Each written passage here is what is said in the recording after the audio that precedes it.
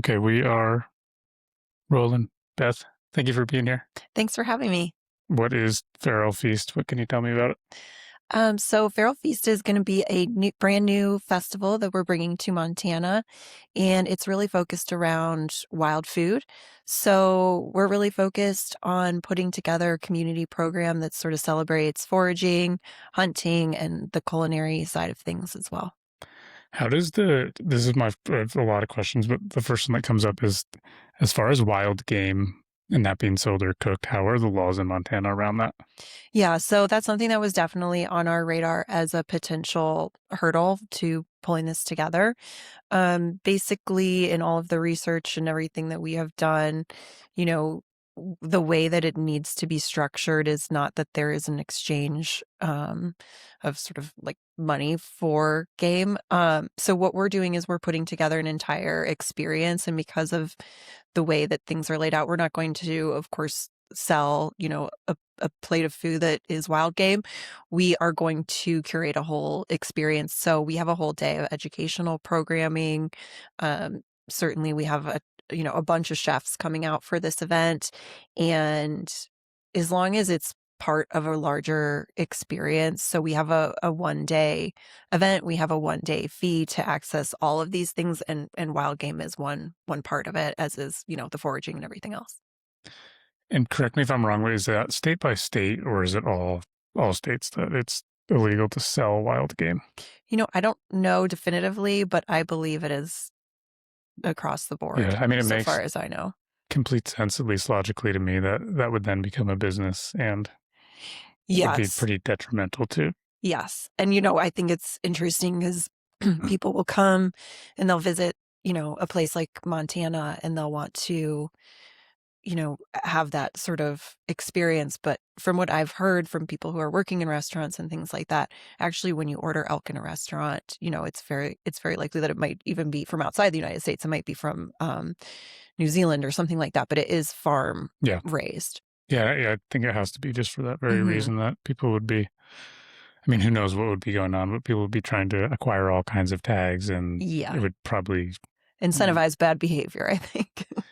So what's the scope of what types of meats you guys will serve at this? What's the first dinner you guys are holding?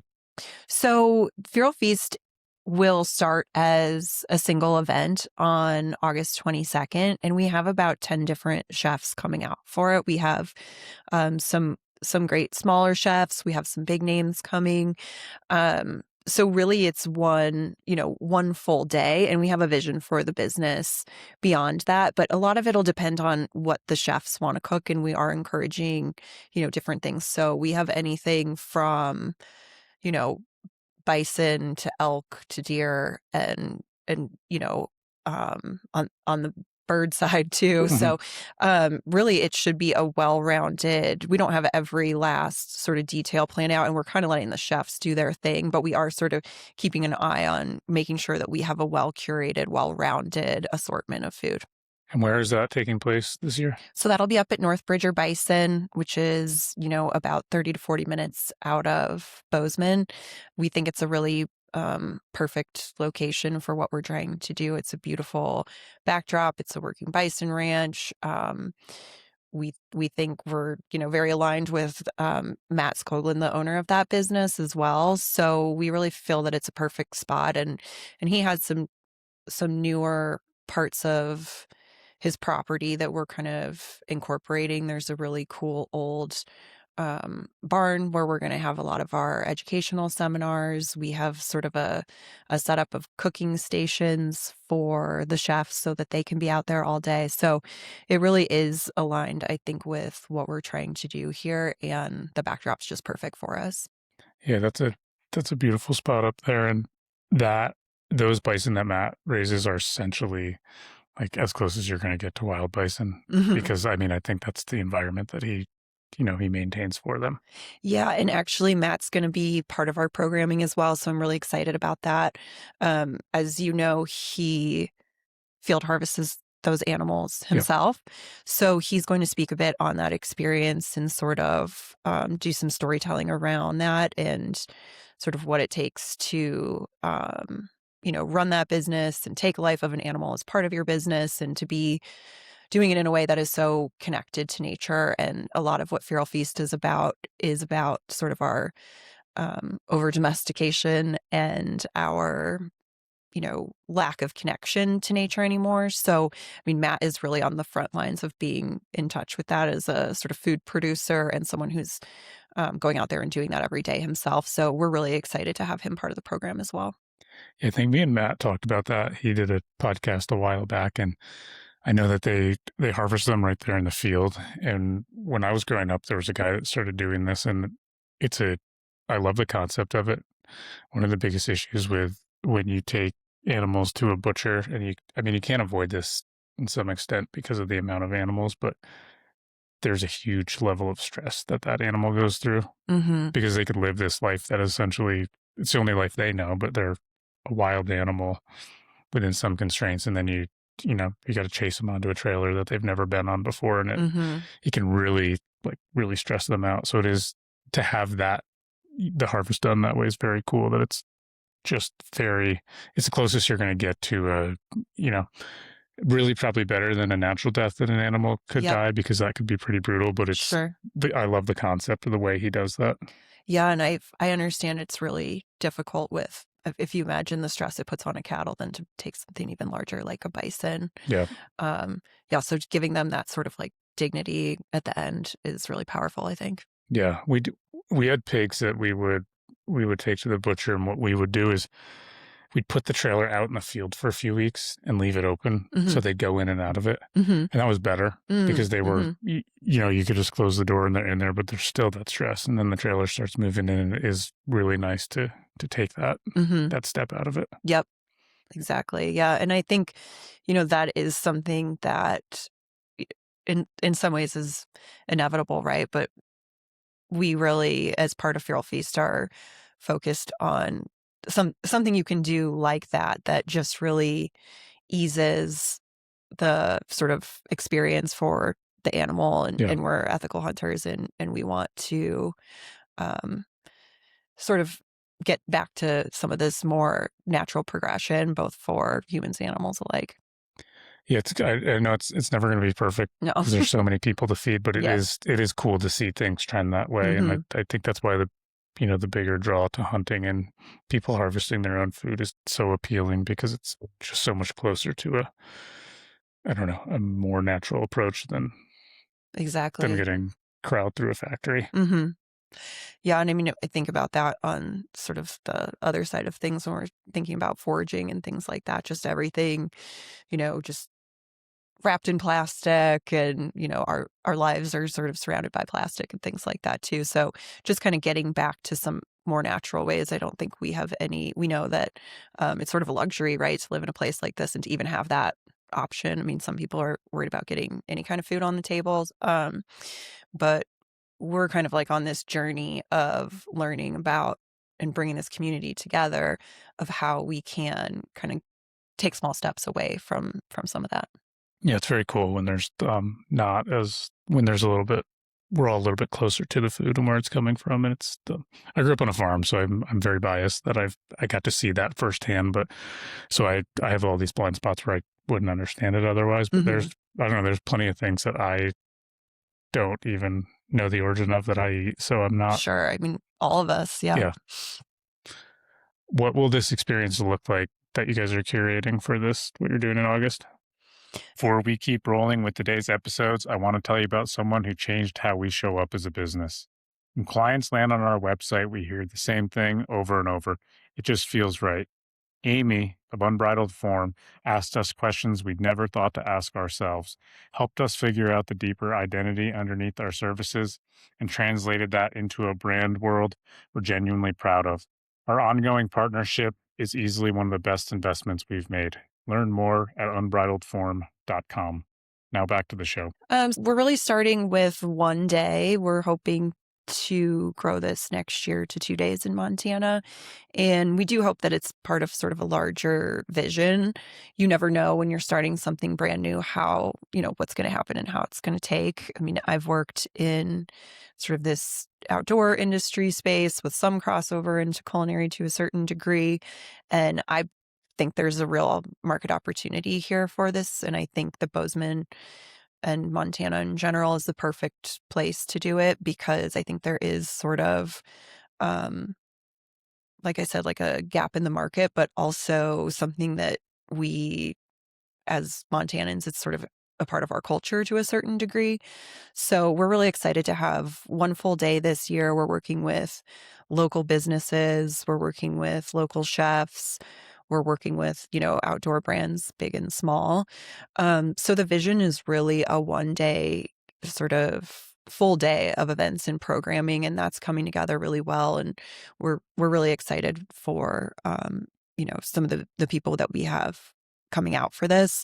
So our first year, that's really what it is this is a passion project, and we think that it could become something more. But for now, we really want to focus on growing it intentionally with the right partners and slowly, sort of brick by brick, to do it right. What will the other side of it look like? I know I kind of put an emphasis on the meat side, but like as far as the, vegetables and all of what does Yeah. that look like? So we have some really great, I guess there's two elements to that, right? We have some really great programming around foraging, and we have some people coming from outside of the state, but that are experts in sort of Rocky Mountain West. So we have the programming side for people who want to learn more about foraging. Personally, I'm newer to that. I'm very interested in it, but just again, sort of on this journey learning as I go, right? And I think the other side that's going to be really cool is having our chefs also incorporate some of that stuff. So, the date, Bozeman is very busy, as you know, in the summer. So the date, like I said, is August 22nd. That was intentional because we wanted to give the foraging side time to go out and get what they needed for the event. It's also the week before the archery opener in Montana. So it's definitely a busy time, but we're hoping, strategically, that that's giving everyone the time they need to go out in enough time in advance to get some of this stuff for the cooking side. And yeah, on the programming, we have a ton of great speakers coming out for that. Nice. Yeah, there's anything in Bozeman in the summertime. It's almost year round. You just have to pick a date and Just go with it and yeah, rally. because there's just a lot that goes on and you can still usually get a pretty good turnout regardless. Yeah. So Pete, there's going to be education. There'll be some type of meal, whether it's lunch or dinner. But if somebody attended this, they could essentially spend the whole day there. And is there Hmm. going to be some workshops and stuff that they can learn different Yep. things? There'll be hands-on workshops, there'll be seminars. So anything from, you know, um, identification of different plants to we're going to have like butchering seminars as well. We have a bunch of different chefs that are going to be doing demos throughout the day. So there'll be, you'll be able to have try different things all day, and then we have sort of a larger lunch program where we have a little break in the programming so that everybody can go out and try different things from the chefs that'll be really cranking out food during that time. Nice. I cook a lot, so it's like this could be very appealing. And if you do hunt too, and you know how to cook game, that's very cool too because you can make a lot of things taste good. Yeah, and I think people really want to own that process more. I know, at least for myself, like on the hunting side, it can be a little intimidating at first, right? So getting that education and confidence, I think, is important for people. And then, yeah, feeding them good food all day. I mean, we all love to eat, so it Yeah. should be a great day.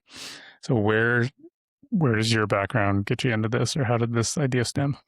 Yeah, so I'm a marketer. I've been in marketing for 10 plus years and primarily working in the outdoor industry, somewhat on the automotive side as well. So, as part of, marketing in the outdoor industry, I've kind of done a bit of everything, but I've also done a lot of more experiential programs for brands. I think after COVID and all of that, things sort of shifted around. And people were going to less really big trade shows. You can look at marketing budgets and see how different brands are spending their money and where they're putting them. And a lot of them are putting more money um, offline. And of course, everything comes back around digitally. But I think brands are looking for these brand moments where they can tell their story in a creative way that is memorable. So I've been doing a lot of that over the past, I don't know, last 5 years or so. And while doing that, also kind of being more interested in wild food, noticing that there wasn't something, there's a lot of brands that do different things. There's a lot of really cool people, individuals out there doing things around wild food, but we didn't feel that there was something like this. And so that's kind of where the idea came about. And my business partner who I'm doing this with, he's a big forager and hunter, and and he's a marketer as well, and I've been in the marketing and event production space, so it's like we can put all these skills together and kind of make this vision come true. Do you see that being, with the way technology and AI is, do you see those being bigger draws in the future going forward as people wanting those real in-person experiences? Yeah, I wonder about that.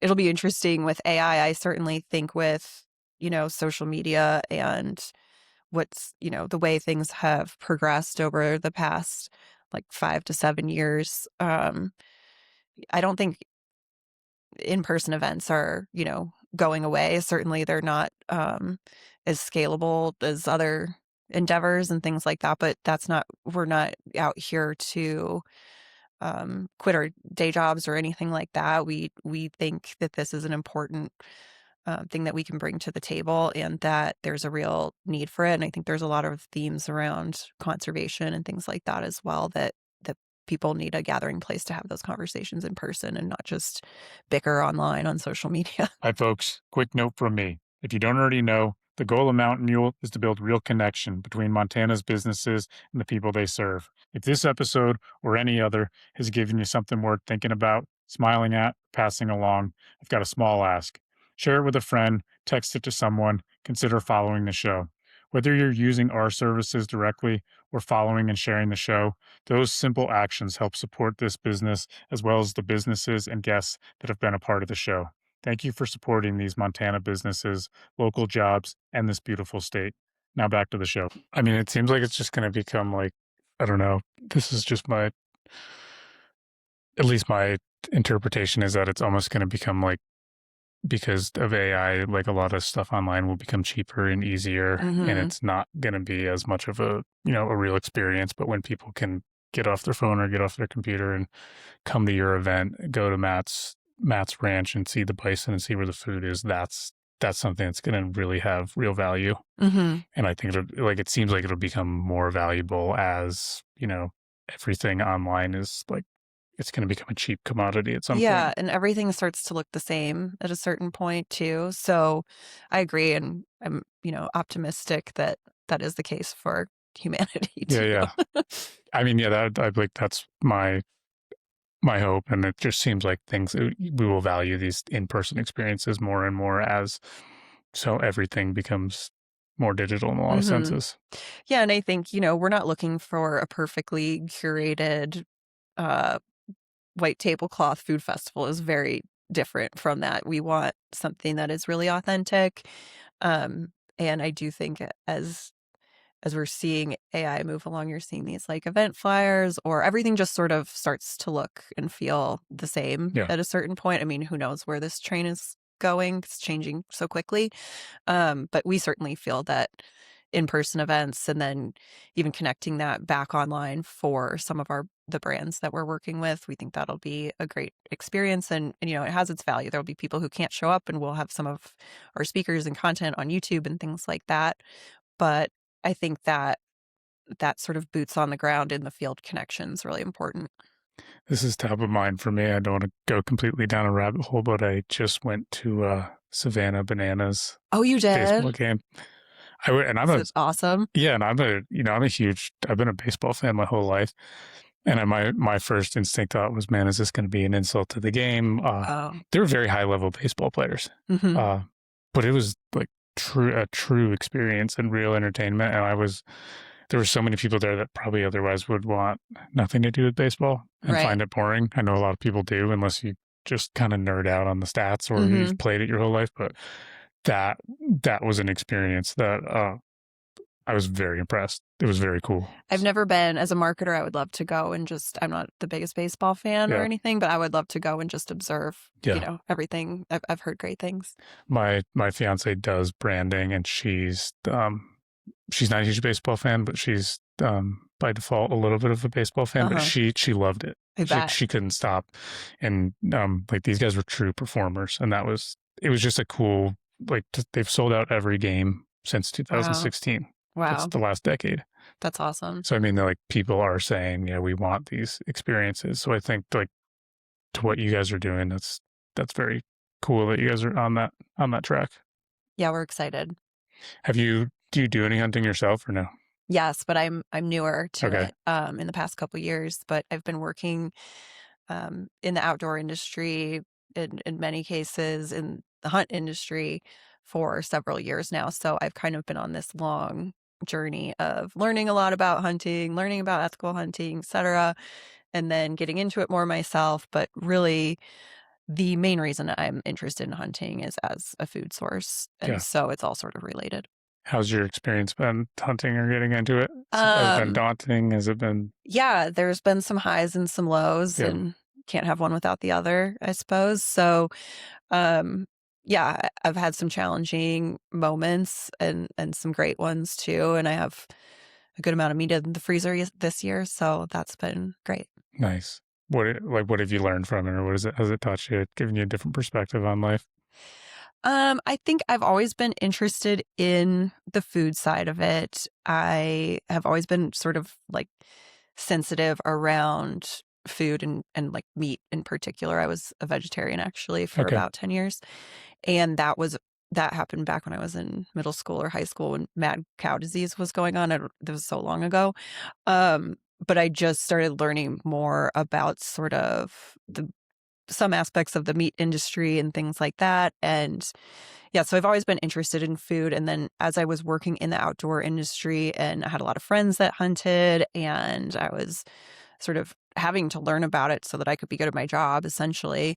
And then, yeah, went out and started hunting. And I think in terms of perspective, I guess just feeling so much closer to food, and I hate wasting food in general, but like the deer that's in my fridge now, not an ounce of it is going to go to waste. So you feel even more so that Yeah. way, I think, when you've been a part of the whole experience. So, from my perspective, um, there's also been some really challenging times when I've been out hunting, but overall, I think it's made me sort of a better human in that way, and then also given me new perspectives on conservation and things like that.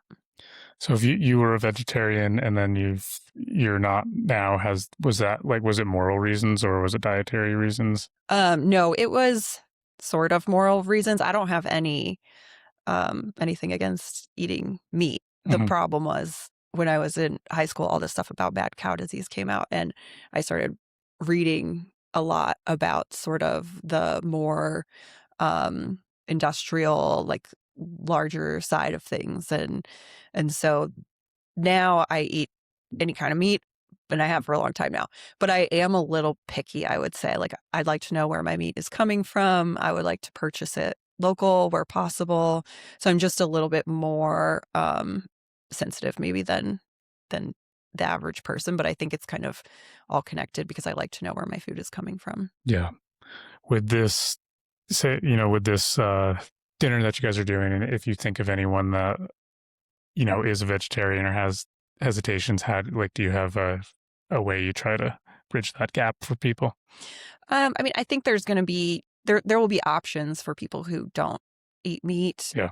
Um, but I think I guess I will be surprised if that's like a hard stop for anybody. I mean, it could be anything is possible, but we'll have options. And I think a lot of this is being open-minded and trying to learn about these more natural ways. So I don't think, it's gonna be a dud for somebody who doesn't eat meat. I think that's fine. We'll have options, and they can stick more on the foraging side of things, even if they're not interested in hunting at all, right? Yeah. So I know and I don't know like how your taste palette is for meat, but I that grew up eating pretty much grain fed meat, Hmm. and I still like the taste better than grass fed. I do too. And I don't know. I've heard some people say, and I'd be interested to do it myself, but like you can't like depending on how. I think like one issue that can be with some grass fed stuff is that depending on the season, there can be a little bit of like malnourishment with the animals if there's Hmm. not enough grass to keep an adequate amount of fat on. Hmm. Um, but I'm still like, I know that the health benefits are there and it's so much healthier because they're eating better, but the grain fed or the grain finished is like, it's got that sweetness to it. Yeah, I feel the same way, and a lot of it might have to do with how you grew up or Yeah. grew up. I can say firsthand though, if you do eat something long enough, you do acquire a taste and kind Sure. of change your taste palette. But I I'm kind of stuck with that. Like I mean I still eat a lot of like store bought beef and I'm like, it's got that taste to it. Hmm. But I even know because I when I was younger I drank a lot of soda too. Oh yeah. And I don't drink any now. Hmm. And if I drink it now, I can literally taste syrup in it. Hmm. So I'm sure if I did that same thing with meat, I would probably be like, Yeah, you can kind of like rewire. why does this taste like there's sugar in it? Hmm. But I don't know, maybe I gotta just have someone like really show me how to prepare a grass fed steak and I'll change the jury on it. I'm with you though. Yeah. So I don't know, but like a good grain finished ribeye. I've had some finished with like barley. Oh. But I haven't like I thought that was still like just doesn't taste the same as Hmm. corn. Yep. And then I don't even know like I grew up on a dairy farm and sometimes you can taste it in the milk too. Like Oh, depending on what the interesting. cows like there's just a sweetness when they're fed more of a corn diet. It also kind of depends on the type of cow, but Yep. that's I a hadn't whole heard that nother about the milk. That's interesting. Where did you grow up? upstate New York, Okay. which is dairy farm, like Hmm. believe it or not, because that seems crazy, but It yeah. makes sense. And how would you? Where'd you grow up? I'm from Ohio. Okay. Yeah. And how long have you been here in Montana? I've been here since two, 2000. Yeah. Oh, nice. You've been here a long time. Sort of, but I wanted to move to Montana for a long time and it just wasn't quite lining up. And then of course I moved here when everybody else moved here. Yeah. So.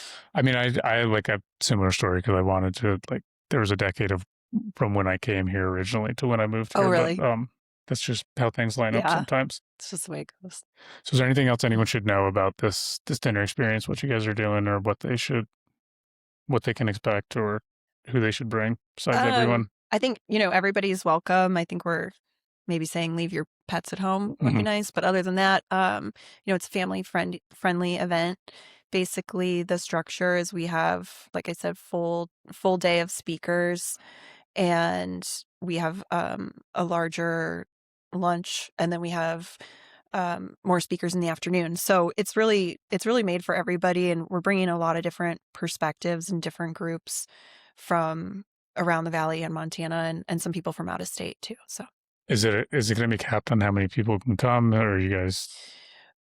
we're not quite sure yet. We're going to see. Again, it's always interesting when you're doing something for the first year because you're Yeah. not sure what to expect, right? So we're going pretty heavy right now to make sure that we have enough food. But the nice thing about North Bridger Bison is we have a lot of space, so we can scale. So if we have more people, we can bring in more chefs. And, Yeah. and already we have plenty of programming, and we're still confirming a few more. But I would say, I think we're expecting a couple hundred people. And if we get more than that, then we have to make a decision if we're going to scale up or not. But certainly that's what's nice about that location is that scaling up there's plenty of space. So scaling up just means investing more, bringing in more chefs. And how does it now? How does it work now? If somebody goes, is there tickets? How are you guys? Yeah, so tickets will be on sale soon. If you go to theferalfeast.com, we have all of our information there on sort of the run of show, everybody who's speaking, all the different chefs, and you can check that out there. And then we'll have tickets there as well. Okay, cool. Well, I will put all those links to everything in the description. You guys have social media handle. I'll put that on there. And is there anything you guys are still looking for this event as far as chefs, vendors, food, help? I think we're in pretty good shape on chefs, and we have some great vendors from across Montana coming out and some conservation groups as well. So I think, if there's someone who is interested in getting involved, please reach out. We are looking for a couple more community sponsors, um, just to kind of help cover our costs for this year. And we'd like to be able to kind of give back to some conservation groups in that as well. So, I think anybody who really has anything to say or wants to engage with us or has an idea, I think the sky's the limit. One of the really cool things about this program is we're kind of on a blank slate, and with partners like North Bridger Bison and some of our other sponsors like Wild Sheep Foundation, we really have the ability to um, anything we can dream up, honestly. So even on the marketing side, we're bringing out a whole creative team so that we can get marketing assets for our sponsors and our vendors and anybody who's participating. So if anyone, wants to be a part of that, that's great. But also if you have an idea and you say, hey, I know this person that would be really great, speaker, and that might be next year at this point, but we'd love to hear from anybody who's interested in being a part of the event in any capacity. And, they can reach us through the website or on Instagram. Cool. Yeah. Hopefully they reach out because there's a lot of cool people in this community doing a lot of cool stuff. There is, and sometimes I think there's so much going on and we're all so busy that it's sort of things fly under the radar. So we'd love to have a conversation, or even if you say, have you ever heard of this person, or why don't you do this type of class or this type of workshop? We'd love that feedback. I mean, this is brand new, so feedback is super valuable to us at this point, no matter what it looks like. Cool. Well, I appreciate you coming out, and I'm going to try to check this out if I can make it too, and hopefully some other people find this and come check it out. Yeah, we'd love to have you, and thanks for highlighting it. Yeah. Thanks, Beth. Appreciate it. Thanks for listening, folks. You can find the full blog post for every episode, along with key takeaways and links at mountain-mule.com. If you haven't yet, consider following the show. That one small action helps these Montana businesses get seen, grow, and thrive, and it helps this podcast keep going too. If you know a business that would be a good fit for the show, we'd love to hear from you. Just reach out through the website or social. Thank you for supporting these Montana businesses. See you on the next show.